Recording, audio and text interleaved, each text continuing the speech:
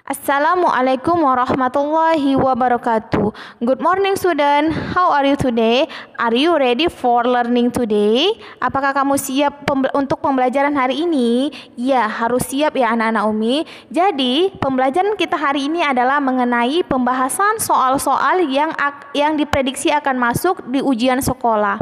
Jadi, sebelum kalian memulai pembelajaran, alangkah baiknya kalian berdoa terlebih dahulu. Doa dimulai. Doa selesai, dan untuk anak-anak Umi, pesan Umi selalu menjaga protokol kesehatan dan menjaga kesehatan kalian, baik itu kesehatan di rumah dan lingkungan kalian sendiri. Baik anak-anak Umi, kita langsung saja masuk ke pembahasan soalnya. Oke anak-anak Umi, langsung saja kita bahas ya. Anak-anak Umi, hari ini pembahasan kita adalah mengenai soal-soal yang diprediksi akan masuk dalam ujian sekolah. Karena kalian kelas 9, jadi kita lebih fokus membahas soal ya anak-anak Umi, yang berkaitan juga dengan materi-materi yang akan kita sama-sama kita ketahui. Oke anak-anak Umi, sekarang kita mulai dari nomor 1 ya. Jumlah penduduk di Indonesia dari tahun ke tahun mengalami peningkatan yang menyebabkan pertumbuhan penduduk di Indonesia tergolong tinggi.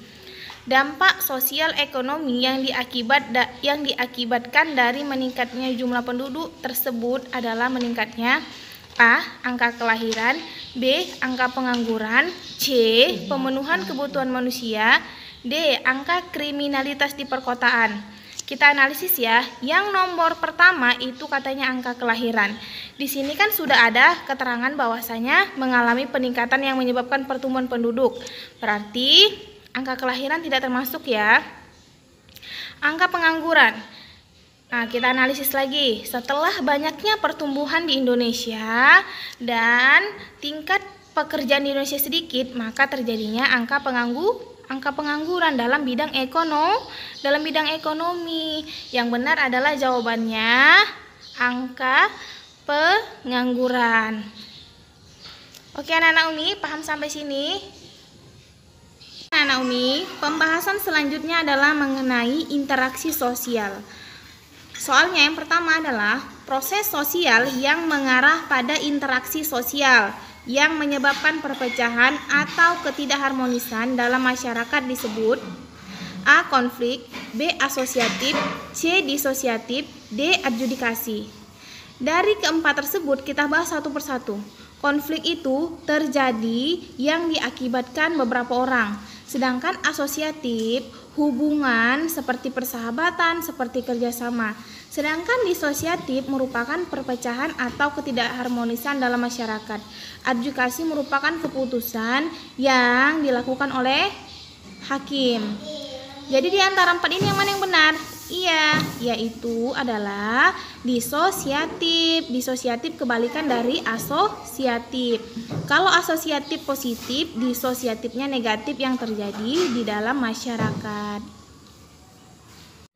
Pembahasan berikut adalah mengenai tentang sumber daya alam. Langsung saja kita ke soalnya ya Nanomi. Sumber daya alam adalah segala sesuatu yang berasal dari alam yang dimanfaatkan untuk titik-titik-titik. A. Mencegah kelaparan penduduk. B. Bahan baku kegiatan produksi. C. Ketahanan pangan penduduk. D. Memenuhi kebutuhan hidup manusia. Ini semua jawabannya benar. Yang paling benar adalah D. Memenuhi kebutuhan hidup manusia. Oke, langsung ya Nanomi, jawabannya adalah D. Memenuhi kebutuhan hidup manusia. Baiklah Nanomi, pembahasan soal berikut adalah mengenai mobilitas sosial. Langsung saja kita ke soalnya ya. Sejak dulu di bangku SMA, Nita mengikuti ekstrakurikuler English Club karena kepiawaiannya berbahasa Inggris. Kepiawaiannya tersebut mengantarkannya kuliah ke luar negeri, mengambil jurusan komunikasi dan hubungan internasional. Pada akhirnya, cita-cita Nita sebagai duta besar pun terwujud. Saluran mobilitas sosial yang digunakan Nita pada contoh tersebut adalah Nita masuk ke lembaga apa? A. Lembaga ekonomi, Nita tidak berhubungan dengan ekonomi, berarti lembaga ekonomi tidak ya. Organisasi profesi di sini menceritakan bahwasanya si Nita berkuliah ke luar negeri, bukan mencari profesi. Tidak. Lembaga pendidikan, ya, dari sini kita tahu bahwasanya yang ditempuh oleh Nita adalah di bidang pendidikan. Jawabannya adalah lembaga pendidikan ya. Baiklah anak-anak Umi, pembahasan soal berikut adalah mengenai mobilitas sosial. Langsung saja kita ke soalnya ya. Sejak dulu di bangku SMA, Nita mengikuti ekstrakurikuler English Club karena kepiawaiannya berbahasa Inggris.